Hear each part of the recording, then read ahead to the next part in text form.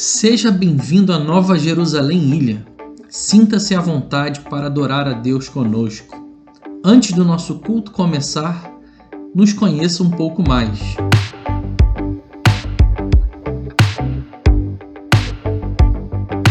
A Nova Jerusalém tem como missão levar o amor de Deus a toda criatura. Juntos queremos promover a grande comissão que o Senhor nos deixou, fazer discípulos em todas as nações, dedicando-se às vidas através do evangelismo estratégico.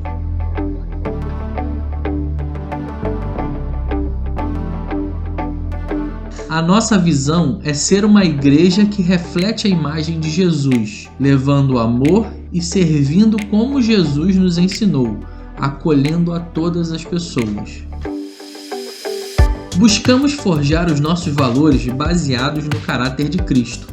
Amor, santidade, unidade, consagração, discipulado, esses são os nossos valores. Queremos ser referência dentro e fora da igreja, assim como Jesus nos ensinou.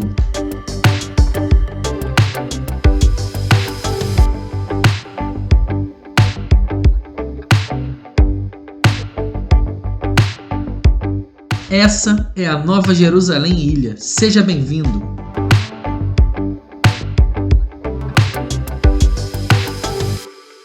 A paz do Senhor, povo de Deus, mais uma EBD online, e hoje nós damos continuidade à aula de domingo passado sobre o Sermão do Monte ou Sermão da Montanha.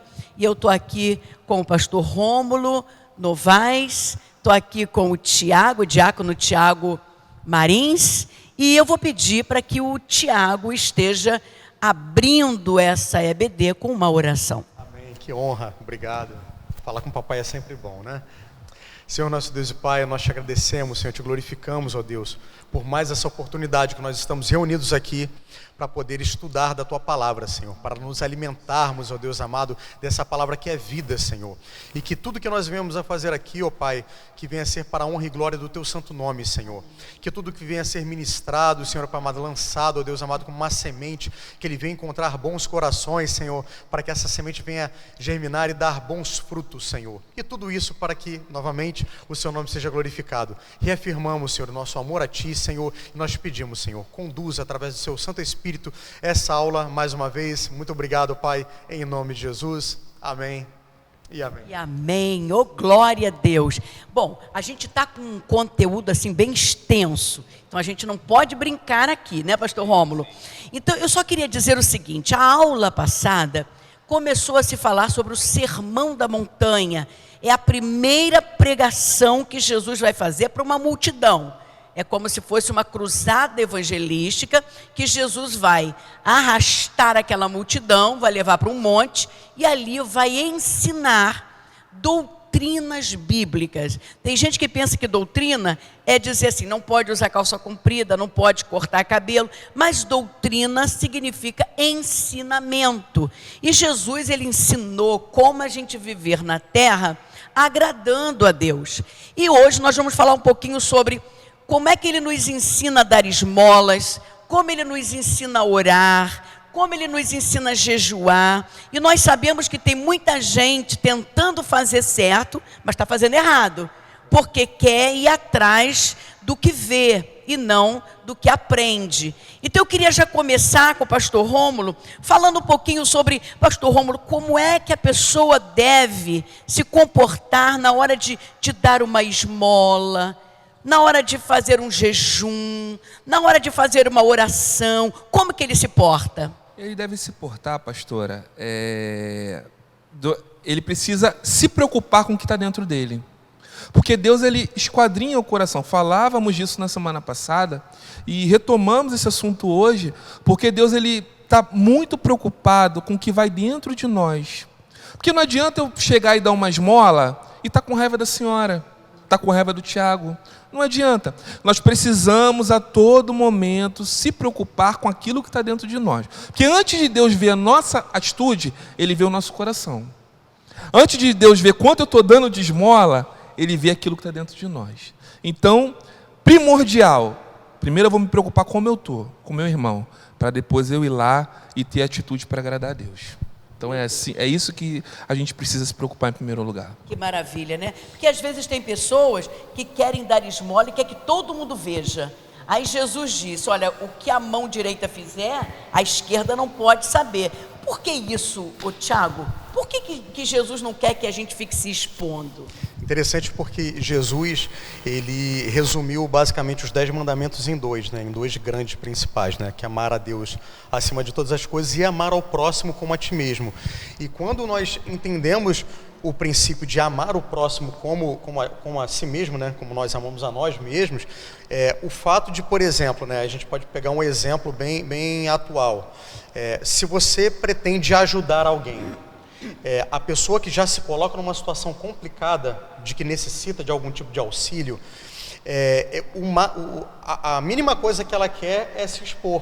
Então, quando você, de certa forma, faz com que outras pessoas participem daquilo que você está fazendo, pode gerar certo tipo de constrangimento para quem está recebendo dessa esmola. Então, se você se preocupa com seu irmão e você quer, de forma genuína, com amor, doar essa esmola, ou seja, você ajudar aquele que necessita, para que outras pessoas precisam ficar sabendo? Então, para você evitar de expor o seu irmão ou aquela pessoa que necessita do auxílio, você, por amor, você faz de tudo para que ela receba desse auxílio, desse apoio, mas sem que as pessoas saibam. Isso. Eu quero, inclusive, ler, porque é muito forte, né? Eu vou ler aqui na nossa versão, né, Almeida Corrigida Fiel, que está Mateus, capítulo 6, versículos 2 e 4, que diz assim: guardai-vos de fazer a vossa esmola diante dos homens, para serem vistos por eles. Aliás, não tereis galardão junto do vosso Pai que está nos céus.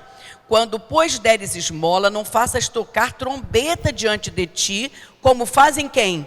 Os hipócritas, nas sinagogas e nas ruas, para serem glorificados pelos homens. Em verdade vos digo que já receberam seu galardão. Mas quando deres esmola, não saiba a tua mão esquerda o que faz a direita, para que a tua esmola seja dada em secreto, e teu Pai que vem em secreto, Ele mesmo te recompensará publicamente. Então o que está dizendo aqui é que o que você for fazer, não faça para ser visto pelos homens.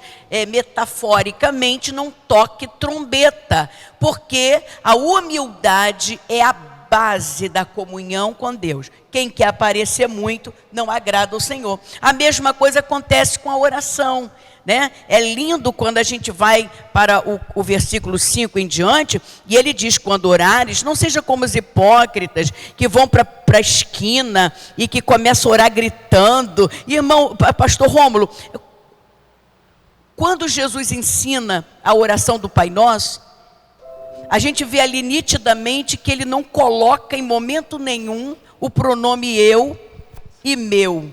É tudo teu e nosso. Teu e nosso. Quer falar um pouquinho sobre isso? A oração nada mais é do que uma comunhão, né, pastora? É uma relação, vamos dizer assim. É algo que você coloca para o Pai e o Pai coloca para você, né, para a pessoa que está ali orando.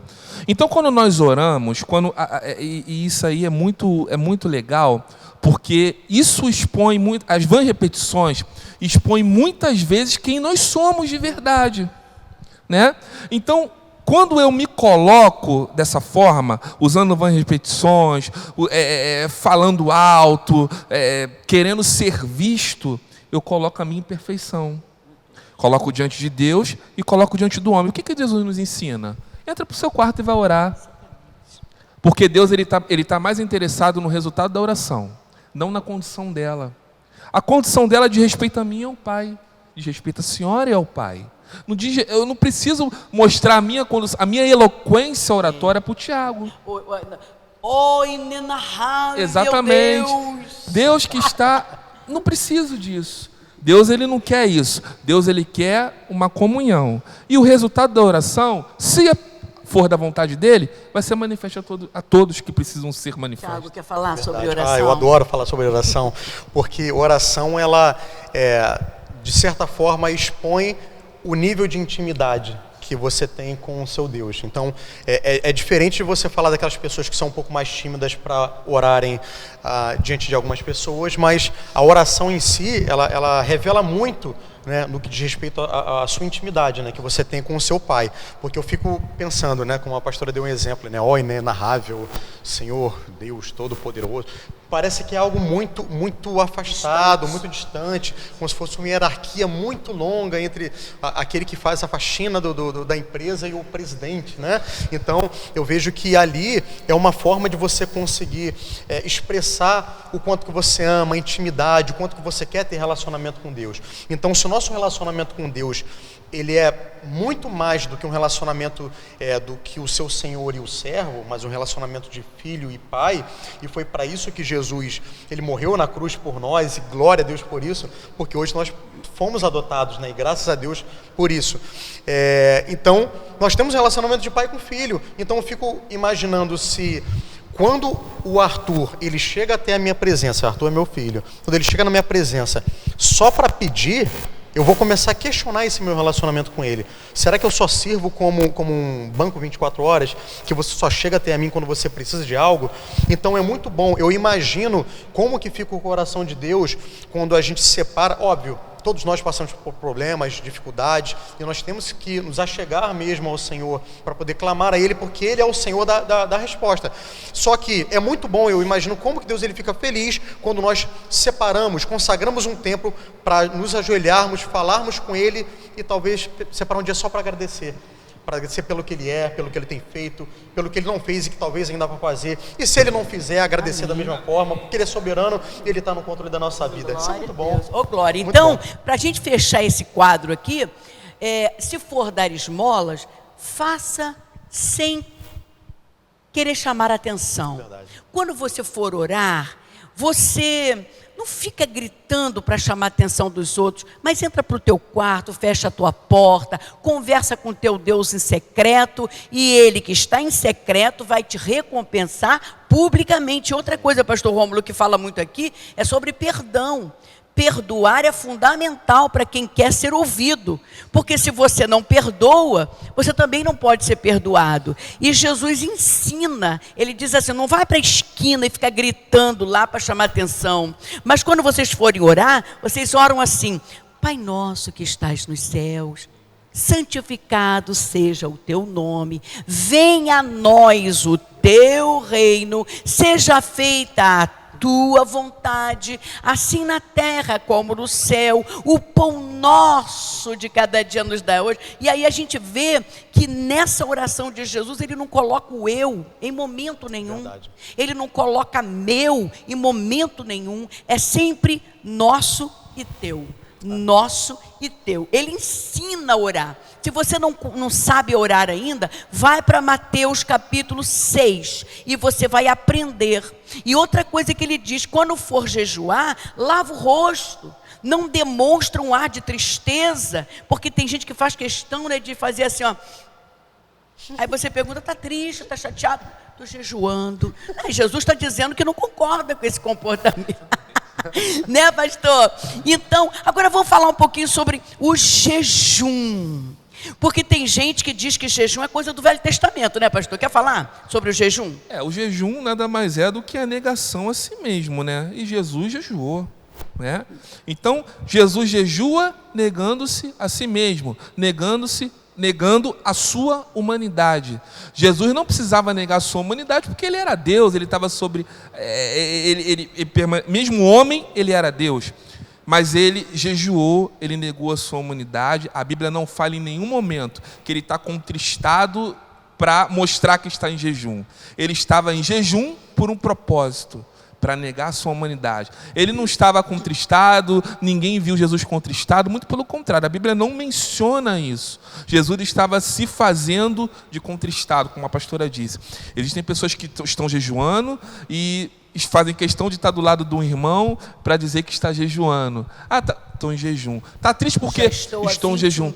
21 dias jejuando, exatamente. Ou então fiz o jejum de Jesus.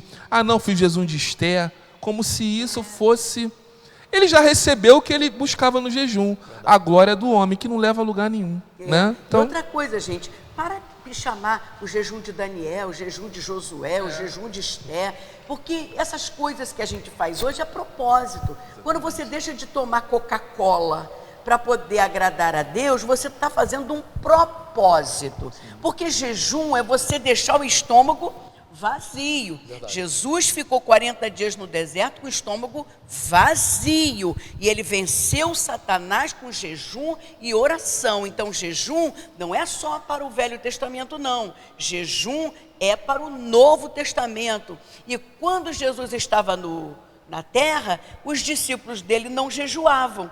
Sim. E aí os discípulos... O noivo estava com ele, né? Porque o noivo estava com eles. Mas Jesus disse, olha, enquanto eu estou com vocês não precisam jejuar. E foram indagados, desculpa interromper, pastora, foram indagados pelos discípulos de João Batista, né? Porque eles jejuam e nós não.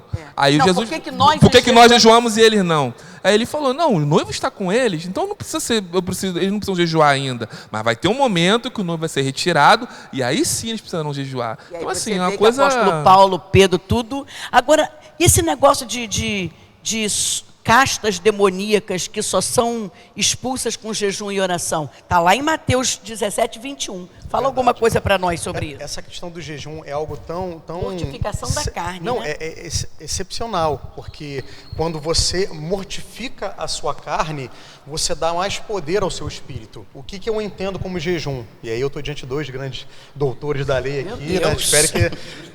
mas vou dar minha opinião. Mas o que eu entendo na essência como jejum? O jejum, ele é o enfraquecimento da sua carne, das suas vontades, para que nós venhamos a fortalecer o nosso espírito. Porque o fato de nós jejuarmos, ou seja, de repente separar um período que nós ficamos sem nos alimentarmos, não é puramente isso, não é simplesmente deixar de comer. Você consagra o tempo que você estaria fazendo determinada atividade ou se alimentando para você estar orando, lendo a palavra, orando, ou seja, buscando sempre a presença do Senhor. Então, quando a nossa carne ela é enfraquecida e para você fazer um trabalho específico para fortalecimento do seu espírito, né, parece que Deus ele pega uma vassoura e começa a limpar aquilo que talvez esteja impedindo, te dá o poder do alto para você alcançar maravilhas. Então, quando nessa oportunidade em que essa casta de demônios ela não foi expulsa simplesmente pelo poder da palavra que eles tinham, é porque ali Jesus ele usou como exemplo do quanto é necessário com que nós venhamos a cada dia mais enfraquecer a nossa carne para fortalecer o nosso espírito. Nós temos passado por, assim, ao longo da semana, né? Nós temos cultos basicamente 2 vezes na semana, né? Então na quinta-feira os cultos normais e no domingo. Então nós temos os outros 5 dias sendo bombardeados com notícias, com informações, sabe, que ou para exaltar o seu ego, ou para enfraquecer a sua fé. Então, há necessidade para que venhamos a nos fortalecer a cada dia mais no nosso espírito. Então, vão ter lutas. O que essa passagem me diz é que vão ter batalhas que vão ser tão árduas que, se não for através do extremo fortalecimento do nosso espírito, nós não vamos ganhar. Porque isso para quê? Para que o nome do Senhor seja glorificado, porque não vai ser através da nossa carne nem do nosso sangue, não vai ser através da nossa força, mas através do poder do Espírito Santo de Deus. Gente, é muito forte isso daqui, tá? Porque o problema, o poder não está no jejum, o poder está no propósito que você está fazendo, porque existem muitas pessoas que fazem jejum aí, né? Faz jejum para tomar remédio, faz jejum para se operar e não fica poderoso. Exato. Então o que faz uma pessoa ficar poderosa, né, no mundo espiritual é o propósito. Olha, tem até bruxos jejuando para poder dar permissão para os demônios operarem através do seu corpo. Pastor, fala um pouquinho sobre isso. Exatamente, para você ver como é que o jejum, ele é muito, ele é algo, ele não é um segredo porque está revelado na palavra, mas ele é um fundamento espiritual poderosíssimo. Você vê que o diabo, Satanás, os filhos das trevas, que a Bíblia fala que muitas vezes são mais prudentes, eles lançam mão dessa ferramenta para poder alcançar os seus favores junto ao seu Senhor.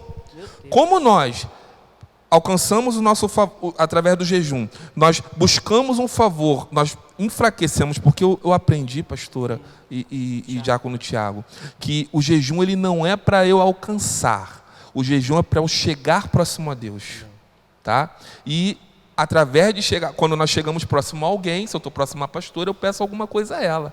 Ou eu louvo, né? Vamos supor que a pastora fosse Deus, eu ia lá e louvaria. Então eu chego ao meu Deus, ao meu Senhor, né? Eu quero chegar até você, eu tenho que pegar um caminho. Então o jejum é esse caminho. Eu vou chegar até o Tiago para pedir alguma coisa a ele. Eu chego até Deus para ali sim eu começar a dialogar. Então o jejum ele antecede a comunhão.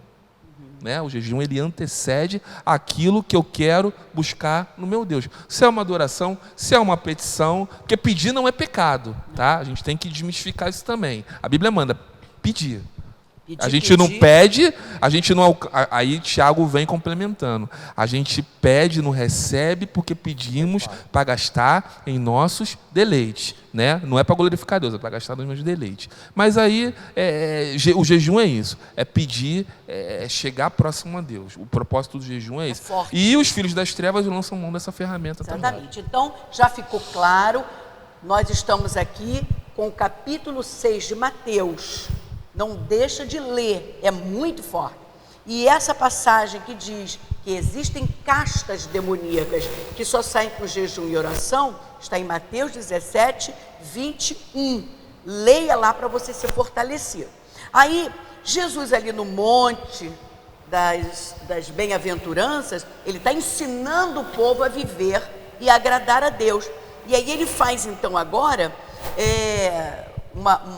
ele traz um ensinamento, levando os homens a entenderem que suas vidas são pautadas em escolhas. Deus não impõe nada para nós. A palavra dele está aqui, né? Que na verdade eu não trouxe a Bíblia, trouxe o celular. A palavra dele está aqui, e aqui está a maneira como nós devemos viver. Amém. E nós escolhemos, ou a gente ignora, ou a gente absorve. E um dos ensinamentos que ele traz para nós é sobre os dois fundamentos: a casa edificada na rocha e a casa edificada na areia. É você que escolhe o material que você usa para a edificação da sua casa espiritual. É o que você tem usado? É a sua fé? É a palavra? É a oração? Ou você não tem se ocupado com isso, né Tiago? Fala um pouquinho sobre os dois fundamentos. É interessante essa comparação que Jesus ele faz, porque o propósito do Senhor, eu creio, que seja de que a cada dia mais, a cada etapa da nossa vida, nós venhamos alcançar patamares cada vez maiores, né? Deus ele não nos lançou, né? Não nos criou para que vivêssemos numa vida de sofrência, né? Como tem nessas músicas por aí, mas cada vez alcançar patamares mais altos. Isso que é na prosperidade bíblica, financeira, espiritual, ministerial, todas essas coisas. Então, a orientação que o Senhor nos dá através da sua palavra com relação a esses dois fundamentos eu quero que você alcance patamares cada vez maiores, mas para isso você precisa ter um fundamento sólido. Isso para quem trabalha com engenharia, né, engenharia civil, conhece muito bem isso. Então, se você quer construir patamares grandes, se você colocar no seu fundamento algo que é instável, algo que muda, algo que é muito flexível, quando você chegar num determinado patamar, isso pode se roer. Então, se você começa a construir a sua casa num local onde tem muita lama, uma hora essa casa pode inclinar, rachar e quebrar. Então, vamos trazer isso para o mundo espiritual.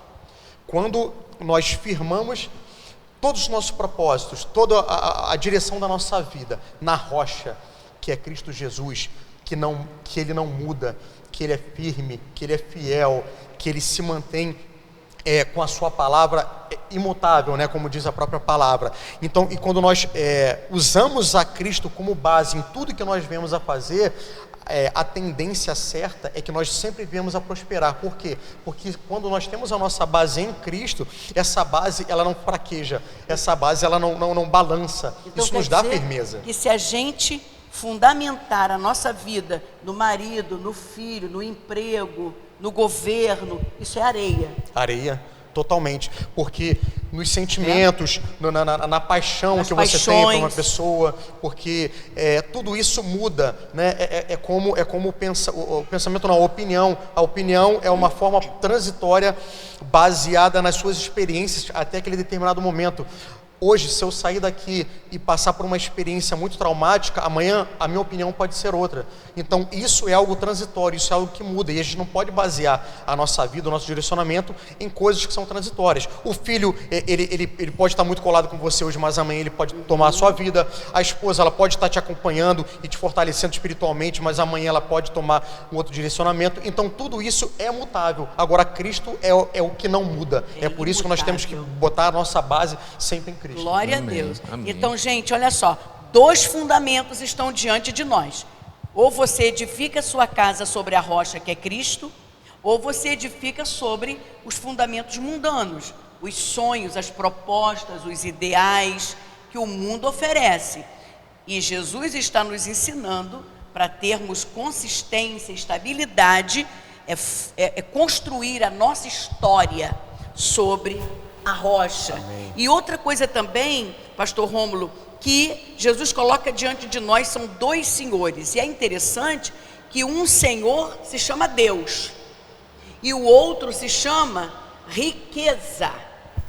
É engraçado que Jesus está colocando a riqueza em pé de igualdade de divindade, que no grego é chamado de mamon. Quer falar um pouquinho sobre isso, pastor?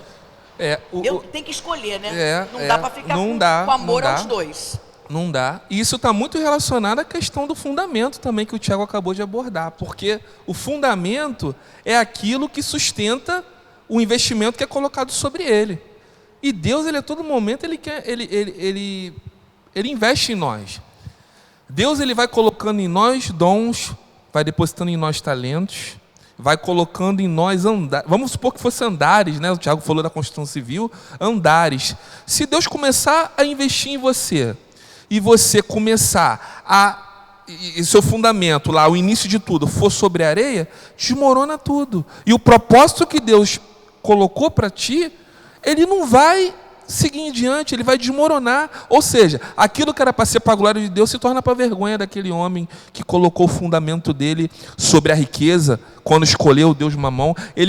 Foi como a pastora falou, é uma relação horizontal. Não é que seja uma relação horizontal, mas Deus, ele se dá, ele desce do trono de glória dele e se coloca ali numa posição de igual com a riqueza. E ele coloca, você vai servir a quem? Na verdade, é o homem que faz isso, né, pastor? Não, ele dá exatamente. Que coloca Deus no mesmo patamar. Mas quando ele dá o exemplo, né, ele coloca o exemplo, ele se deixa a glória dele de lado e você vai colocar quem? Porque Deus, ele é assim, ele dá liberdade de escolha, né?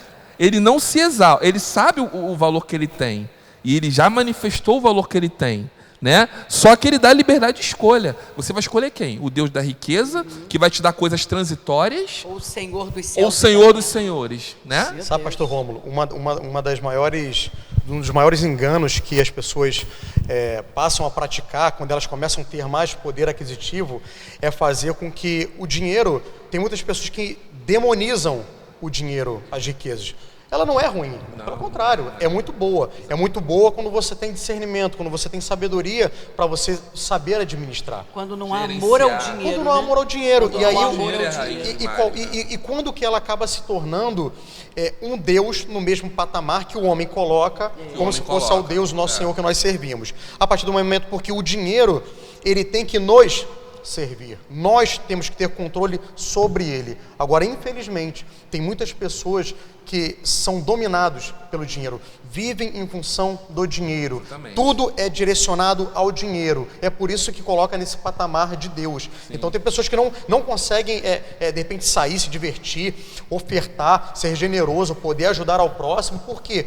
Porque elas são servos do seu dinheiro. Ela não faz com que o dinheiro sirva para eles, mas não. Eles servem as suas vidas, as suas ações, todos os seus planos, os seus projetos, eles em função as ações do dinheiro. Exatamente. Então a gente acaba indo para o terceiro ponto aqui, que também é uma escolha. Verdade. Você depositar os seus tesouros no céu ou na terra? Né? E aí Timóteo, Paulo escrevendo para Timóteo, ele diz que muitos, por amarem o dinheiro, acabaram naufragando na fé. Triste.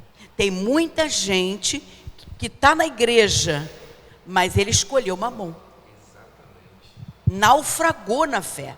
Ele não consegue confiar no Senhor. Se ele perdeu o emprego, está arriscado de dar um tiro na cabeça, como a gente soube na época quando aquele presidente, como é o nome? Fernando Collor de Mello, quando ele assumiu, quando a poupança foi, quando eles confiscaram o dinheiro de todo mundo, teve gente que deu um tiro na cabeça. Verdade. Por quê? Acabou o dinheiro, acabou a vida. E a gente não pode jamais depositar tesouros na terra, porque aqui há traço, ferrugem, consomem, o ladrão rouba. A garantia de que os nossos bens estão seguros é quando a gente deposita os nossos bens, dinheiro, alegria, contentamento, sonhos, quando a gente deposita tudo no céu. E a Bíblia é bem clara ali em Mateus 6, 19 e 21, que diz: onde está o teu tesouro, ali também está o teu coração. Né? Exatamente. Então, pensa agora, o que é o seu maior tesouro? Se o teu coração estiver naquilo ali, você está fadado à falência. Exatamente. Pastora, só fazer um ponto confirmando o que a senhora está falando. Existem pessoas que não conseguem ter a mesma segurança que o dinheiro dá em Deus. E é esse o problema. A segurança que o dinheiro proporciona, muitas vezes a pessoa não consegue colocar isso em Deus. E aí entra os dois senhores na relação horizontal, que eu até falei anteriormente. Se você não consegue sentir a mesma... Porque o dinheiro dá uma segurança. Querendo ou não dá. Claro que né? sim. Você ter dinheiro na sua conta para pagar a sua conta que vai vencer amanhã... Eu né? gosto. Exatamente, eu gosto também.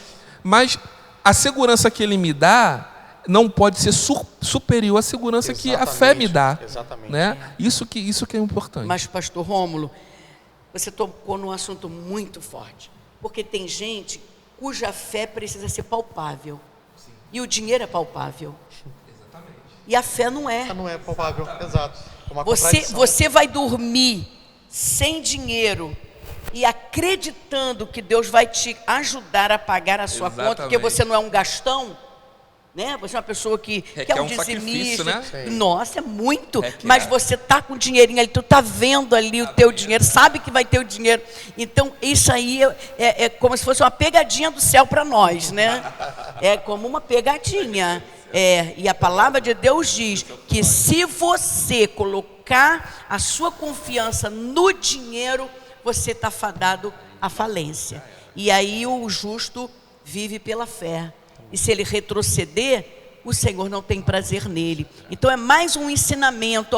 Ele está dizendo para nós, você vai ter que escolher sobre que fundamento levantar os seus edifícios espirituais. Nós vamos ter que escolher. Não dá para ser devoto do dinheiro e devoto de Deus. Não tem como.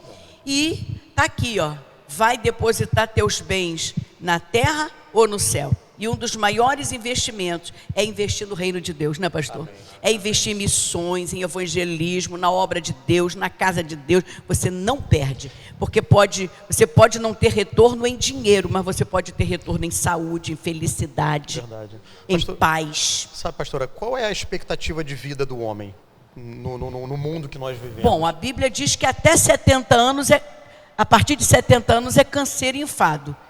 Né? Então, mas o homem pode ir até 80, 90. 80, 90, até 100. Digamos que nós venhamos a ter até 100 anos nessa terra. E perto, se comparado com a eternidade que nós vamos viver, né, que nós vamos determinar onde nós vivemos a eternidade, 100 anos não é nada. Ou seja, é até uma questão de uma lógica, de uma inteligência. De que adianta nós investirmos mais da metade do nosso tempo em tesouros aqui, se nós vamos viver lá? Então é muito mais lógico nós entendermos e aprendermos com a palavra do Senhor que vale a pena você investir os seus tesouros no céu, porque infinitamente mais tempo você vai viver onde você vai investir, que é lá no céu. Gente, nós estamos sentados aqui na EBD online. Estamos falando sobre o ensinamento que Jesus deu para aquele povo lá no Monte das Bem-aventuranças. Jesus está ensinando o homem a viver, né? Não apenas a vida espiritual, mas a vida também terrena. Porque ele disse que o homem que vai construir qualquer coisa, ele primeiro tem que sentar, calcular, saber quanto que ele vai gastar para não começar uma obra, parar no meio do caminho e se tornar vergonha. Ou seja, ele ensina para a gente como viver na terra, como agradar a Deus para poder morar no céu. E outra coisa que ele ensina aqui para a gente, pastor Rômulo, é sobre ansiedade. Jesus refuta, repele qualquer tipo de ansiedade, porque a ansiedade faz com que a gente demonstre falta de segurança no Senhor. Então, diz assim em Mateus, tem como você ler para mim? Mateus 6, a partir do 25 e até o 34. O povo tem que aprender, assim como eu também. Por isso eu vos digo, não andeis ansiosos pela vossa vida, quanto ao que haveis de comer ou beber, nem pelo vosso corpo, quanto ao que haveis de vestir. Não é a vida mais do que o alimento e o corpo mais do que as vestes? Observai as aves do céu, não semeiam, não colhem, nem ajuntam em celeiros. Contudo, vosso Pai Celeste as sustenta. Porventura não valeis vós muito mais do que as aves? Qual de vós, por ansioso que esteja, pode acrescentar um côvado ao curso da sua vida? E por que andais ansiosos quanto ao vestuário? Considerai como crescem os lírios do campo. Eles não trabalham nem fiam. Eu, contudo, vos afirmo que nem Salomão, em toda a sua glória, se vestiu como qualquer um deles. Ora, se Deus veste assim a erva do campo, que hoje existe e amanhã é lançada no forno, quanto mais a vós, outros, homens de pequena fé. Portanto, não vos inquieteis dizendo, que comeremos, que beberemos ou com que vestiremos? Porque os gentios é que procuram todas estas coisas, pois vosso Pai Celeste sabe que necessitais de todas elas.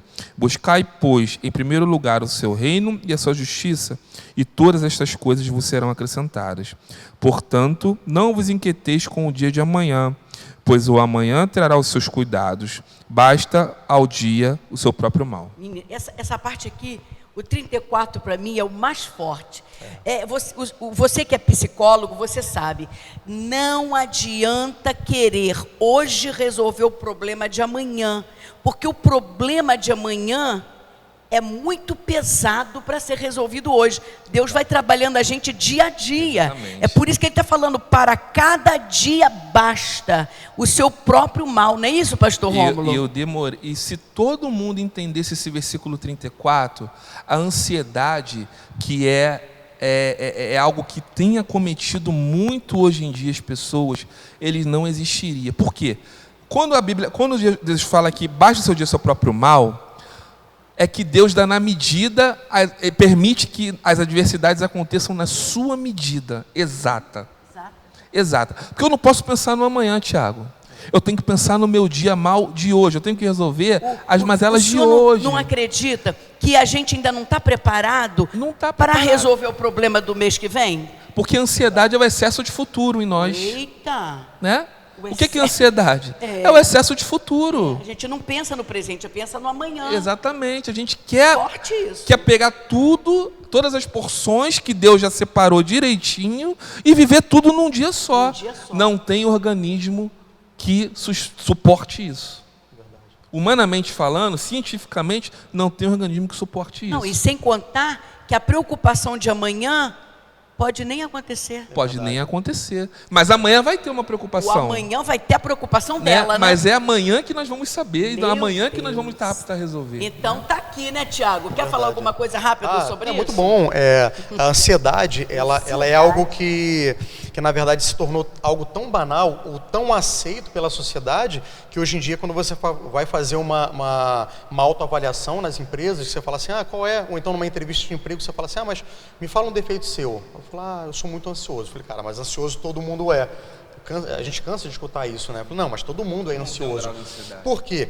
Porque o ritmo das informações que chegam até nós, o acesso rápido à internet, a esse mundo de informações, essa globalização, isso tudo faz com que a ansiedade ela nos sufoque de certa forma. E se a gente não tiver o coração em paz com o Senhor, isso vai nos inundar ao ponto da gente agir como homens naturais. E a vida que o Senhor nos chama para viver é uma vida espiritual, é uma vida sobrenatural, é uma vida acima do natural. Então, todos nós temos problemas? Temos. Jesus nos alertou sobre isso? Sim. No mundo tereis aflições, mas tem de bom ânimo, que eu venci o mundo. Ou seja, ele não falou que nós estaríamos a par de qualquer problema. Porém, existe uma forma da gente conseguir tratar isso, que é a busca pelo Senhor, para que a gente possa ter sabedoria e estratégia para tratar de cada problema naquele dia, e a gente ter a capacidade de, a minha jornada de trabalho para resolver esse problema, hoje se encerrou. Eu vou deitar minha cabeça em paz, acreditando de que Deus ele vai me dar força para no dia seguinte eu poder enfrentar um leão. A pessoa só vai raciocinar desse jeito se estiver debaixo de 2 pontos. Você tem que estar sob o domínio do Espírito Santo ou no domínio do Rivotril, né? Porque não é fácil, a gente não está aqui dizendo que é fácil, a gente saber que tem um problema para resolver daqui a 5 meses e dormir em paz. É por isso que o salmista disse, em paz me deito e logo pego no sono, porque o Senhor me faz viver, repousar em segurança. Amém. Então nós já aprendemos aqui, não adianta a sua ansiedade querer te levar para o futuro, né? Ansiedade é o excesso de futuro. E uma outra coisa que eu estou raciocinando aqui, é que essa terminação "dade", ela significa continuação. Então, felicidade é estar feliz continuamente. E ansiedade é estar com ânsia contínua. Uma pessoa dessa vai ter problema nas células. Vai. Entendeu? É por isso que a ansiedade, inclusive, diminui os telômeros, que são parte das células, e faz a pessoa viver menos. Então, quando Jesus ensina, não é porque ele não tinha outra coisa para fazer, mas é porque ele sabia que aquele povo ali da Galileia era um povo ansioso. E nós também somos, e a gente precisa aprender com Jesus. O outro ensinamento está em Mateus capítulo 7, do 1º ao 5º versículo, que fala sobre julgamento precipitado. Eu queria que o Tiago lesse aqui, Mateus 7, do 1 ao 5, porque se tem uma coisa no nosso meio, é gente que gosta de fazer julgamento precipitado. Em outras palavras, juízo temerário. Amém. Diz assim a palavra do Senhor: não julgueis, para que não sejais julgados, porque com o juízo que julgardes, sereis julgados, e com a medida com que tiveres medido, vos tornarão a medir. E por que reparas tu no argueiro que está no olho do teu irmão, e não vês a trave que está no teu olho? Ou como dirás a teu irmão: deixa-me tirar o argueiro do teu olho, e eis uma trave no teu olho? Hipócrita, tira primeiro a trave do seu olho, e então verás claramente para tirar o argueiro do olho do teu irmão. Sabe o que Jesus está falando? Você está preocupado, incomodado com um cisco que está nos olhos do outro, mas não está enxergando a trave que está nos teus olhos. Geralmente quem gosta de falar dos outros tem muito mais defeito do que o outro. Sim. Só o fato dele julgar. E Jesus chama de quê? De hipócrita. Hipócrita. E nós vamos passar por ele, né? Porque tem outras coisas aqui para falar. Sim. Nós não vamos perder tempo aqui com gente que gosta de ficar falando mal dos outros. Já sabe que Jesus chama de hipócrita quem fica julgando o cisco do olho do outro e não consegue ver os seus próprios erros. Eu estou aprendendo. Amém. A outra coisa que nós queremos falar, e isso aqui é muito sério, é não lançar pérola aos porcos. Isso era um ditado nos dias de Jesus que a gente ouve até hoje. Isso está em Mateus 7,6, que eu queria que você lesse. E o pastor Rômulo vai falar alguma coisinha sobre lançar pérola aos porcos. Amém. Não deis aos cães as coisas santas, nem deiteis aos porcos as vossas pérolas. Não aconteça que as pisem com os pés e, voltando-se, vos despedacem.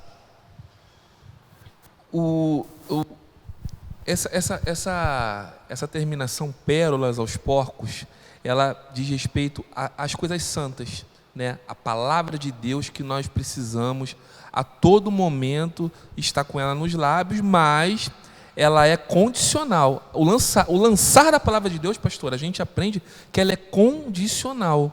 Ela não pode ser lançada a pessoas que não estão, não vou dizer preparadas, mas pessoas que ignoram, que não dão a verdadeira importância, ao verdadeiro valor àquela palavra. É a mesma coisa de você pegar algo muito precioso e colocar na mão de quem não sabe a preciosidade daquilo. Né? Exatamente. Então, se a gente começar a colocar, lançar pérolas aos porcos, os porcos sabem o que são pérolas, e a pérola é uma pedra branca, né? O porco vive na imundície. Deus é perfeito até nisso, até para usar uma metáfora. Deus, ele é perfeito, ele pega as coisas perfeitas para falar de uma metáfora, para a gente alcançar o entendimento máximo do que ele quer falar. Ou seja, você pegar uma coisa branca, pura, santa, e lançar sobre a vida daquele que vai e lamear tudo. Não, vamos investir naquilo que vai trazer resultado para o reino, não naquilo que não vai dar resultado nenhum, né? Então, às vezes a gente fica insistindo em pregar a palavra para quem zomba, para quem escarnece, para quem ignora. E quando se fala de cães, os cães no Brasil têm uma conotação, cães no Oriente tem outra conotação, porque os cães lá, eles são mais bravos, eles comem comidas, carnes putrefatas, né, que são podres, come lixo. Então, esse cães aqui está simbolizando pessoas que ignoram a palavra de Deus. Então não fica chateada se alguém zomba da palavra de Deus. Não fique chateada, mas também não insista. Não estou dizendo no evangelizar, tem gente que pega e não quer ouvir. E não é isso não, nós estamos falando de herege. Herege apóstata, é gente que caiu da graça, é gente que caiu da fé. E você está insistindo com pessoas que não querem. Que você sabe que nem todo mundo vai ser salvo. O próprio apóstolo Paulo, ele disse que a fé não é de todos. Se você quiser, vai lá, 2 Tessalonicenses 3:2, a fé não é de todos. Exatamente, pastora. E nesse momento, a senhora falou do evangelizar, que não é assim, realmente, a pessoa está ali, a gente não vai desistir dela nunca, vamos continuar pregando. Mas quando a gente, essas pessoas, os apóstolos hereges, no momento que a gente não consegue mais falar a palavra, porque aí estaríamos cometendo o erro de estar lançando pérolas aos porcos, aí é o momento que as nossas atitudes vão evangelizar elas. Exatamente. Né? É a linha tênue aí. Quando eu não consigo mais falar, as minhas atitudes vão começar a evangelizar. Aí a gente deixa por conta do Espírito Santo e das nossas atitudes. Porque nem todo mundo vai se salvar, né, pastor? Exatamente, nem todo mundo vai se salvar. Bom, nós temos 2 pontinhos para tratarmos agora e vamos passar rápido, mas a gente não pode deixar de falar sobre eles porque eles estão no plano de aula. Só fazer um adendo nesse ponto, que é muito rápido. Olha só o que Mateus 10:14 diz sobre isso. E se ninguém vos receber, nem escutar as vossas palavras, saindo daquela casa ou cidade, sacudi o pó de vossos pés. Em verdade eu vos digo que, eu estou arrepiado, que no dia do juízo haverá menor rigor para o país de Sodoma e Gomorra do que para aquela cidade. Está vendo? Então não é problema nosso. Não é. O nosso é pregar. Amém. Se não querem ouvir, sacode a poeira do pé, não jogue mais pérola aos porcos e evangelize com o testemunho. Glória. Outra coisa que fala aqui em Lucas capítulo 6, do 39 ao 42, é que existem muitos cegos guiando cegos. O perigo de um guia espiritual, alguém cego, assumir uma liderança espiritual. Hoje mesmo nós estávamos aqui, antes de estarmos aqui na aula, estávamos vendo vídeos de muitas igrejas onde eles confundem bagunça, baderna com manifestação do Espírito. E quem é que está induzindo o povo a isso? Líderes, que são cegos. Então, quando a gente lê Lucas 6, do 39 ao 42, diz que um guia cego, que guia uma pessoa cega, cai todo mundo no mesmo buraco. Verdade. Tiago 3:1 é uma outra referência que fala sobre isso. Cuidado, meu irmão, não vai atrás de qualquer um. Mais uma vez a gente frisa que vamos ser como irmãos de Bereia. Analisa na palavra, vê se aquele líder realmente está falando o que está na palavra, se ele está inventando moda. Porque tem muita gente que não tem a Bíblia como regra de fé e prática. É a cartilha do líder.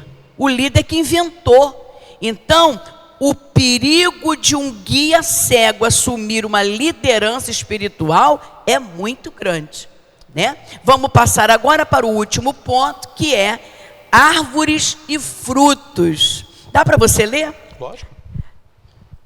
Lucas 6, 43. O 43 ao 45. Amém. Diz assim a palavra do Senhor: não há boa árvore que dê mau fruto, nem má árvore que dê bom fruto. Porque cada árvore se conhece pelo seu próprio fruto, pois não se colhem figos de espinheiros, nem de vindimam uvas dos abrolhos. O homem bom do bom tesouro do seu coração tira o bem, e o homem mau do mau tesouro do seu coração tira o mal, porque da abundância do seu coração fala a sua boca. Meu Deus, quer falar alguma coisa sobre árvore e fruto? É até um exemplo, né, que a gente pode se guiar para o tópico anterior, dos cegos guiando os cegos, né? A gente vê justamente pelos frutos. Então, a primeira base para a gente distinguir se nós estamos sendo guiados pelos cegos, é justamente fazer o que infelizmente muitos cristãos eles deixam de lado, que é o estudo da palavra. O quanto que é importante eles conhecerem o livro, né? O manual do ser humano, que é o nosso livro de guia, de fé e prática, né? Então, você conhecendo a palavra, você consegue entender qual é o propósito, qual é a vontade do Senhor para o seu povo.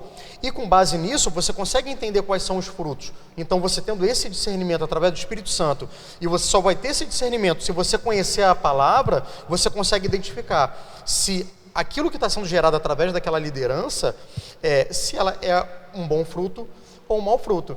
Então, se aquele fruto, ele é estranho, ele tem um cheiro diferente, ele tem uma imagem complicada e está completamente de acordo ou avesso à palavra de Deus, desconfia, meu irmão. Não adianta. O ser humano, ele é um ser por essência místico. É um ser místico. Desde a antiguidade, eles acreditavam em divindades superiores. Tem pessoas que adoram o Deus Sol, o Deus Lua. Eles creem, na essência do ser humano, eles creem que existe uma instância superior a ser adorada, a ser servida, né? Então, por conta disso, as pessoas que não têm o conhecimento veem nesses líderes ou nesses cegos guiando outros cegos, aqueles movimentos que aparentemente são espirituais, são sobrenaturais, algo muito voltado com a intimidade, com a proximidade do Senhor. E por conta disso acaba se enfiando em outro buraco. E a sua vida vai, infelizmente, de mal a pior. Quer falar, pastor Romulo, exatamente, sobre árvores e frutos? Exatamente. Essa relação que o Tiago acabou de falar, ela é muito... Ela não quer dizer nada muitas vezes. Ela muitas vezes... É como fala aqui, os dois cairão num buraco. Então, muitas vezes as pessoas veem...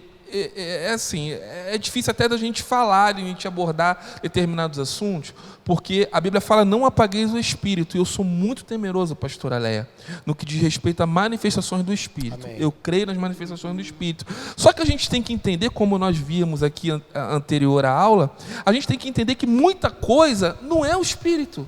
Muita coisa é emoção. E muitos cegos levam outros cegos.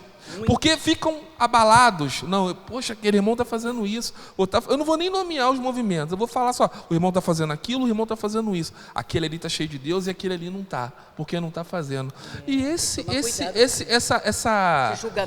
julgamento, isso muitas vezes pode nos levar ao erro, né? É temerário, né? É temerário demais. Olha, na casa da minha sogra, e eu quero terminar com esse exemplo. Na casa da minha sogra tinha uma árvore, uma mangueira tão linda, enorme, frondosa. Ela dava sombra para a casa da minha sogra, para as casas vizinhas. Nunca vi uma mangueira tão grande. Aí você olha para aquela mangueira e você pensa o quê? As mangas dela devem ser maravilhosas. Então, quando você ia procurar uma manga naquela árvore, no período de frutos, né? Os frutos que a gente colhia, quando tirava a casca, todo bichado.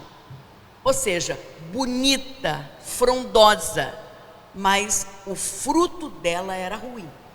E o que a Bíblia está dizendo é: não há árvore boa que dê mau fruto. Não há árvore má que dê bom fruto. Então você não pode se guiar pela beleza da árvore. Você tem que se guiar pelo fruto que ela produz. Trazendo isso para a nossa realidade, é o comportamento da pessoa. Ela pode ser bonita, cantar muito bem, pregar muito bem, mas aí você analisa, ela gosta de passar cheque sem fundo, ela é mentirosa, ela é caloteira, ela fala de todo mundo, ela é soberba. Então, essa pessoa pode ser linda e ter muitos dons, porque ninguém vai ser salvo pelos dons. Exatamente. Né? Mas pelos frutos que produz. E a árvore é conhecida pelo seu fruto. O homem bom tira do coração coisas boas.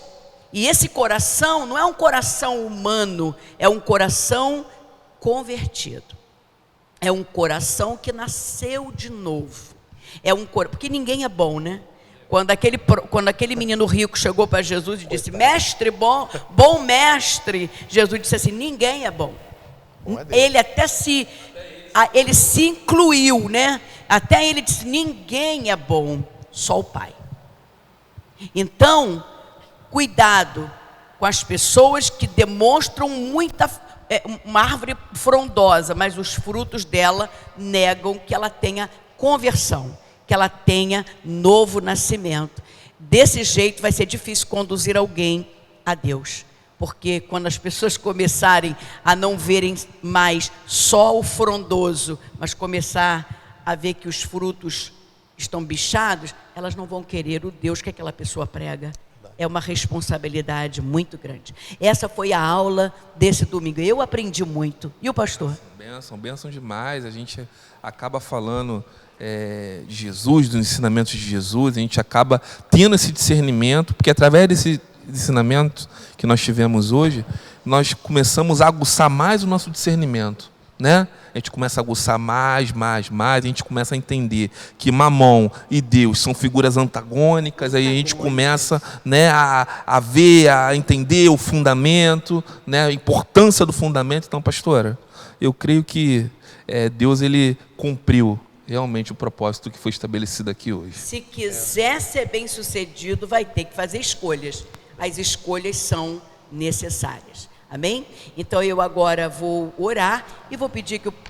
Você orou para começar? Foi ele? Então você... Foi. Então você ora agora e eu dou a bênção apostólica. Amém. Okay.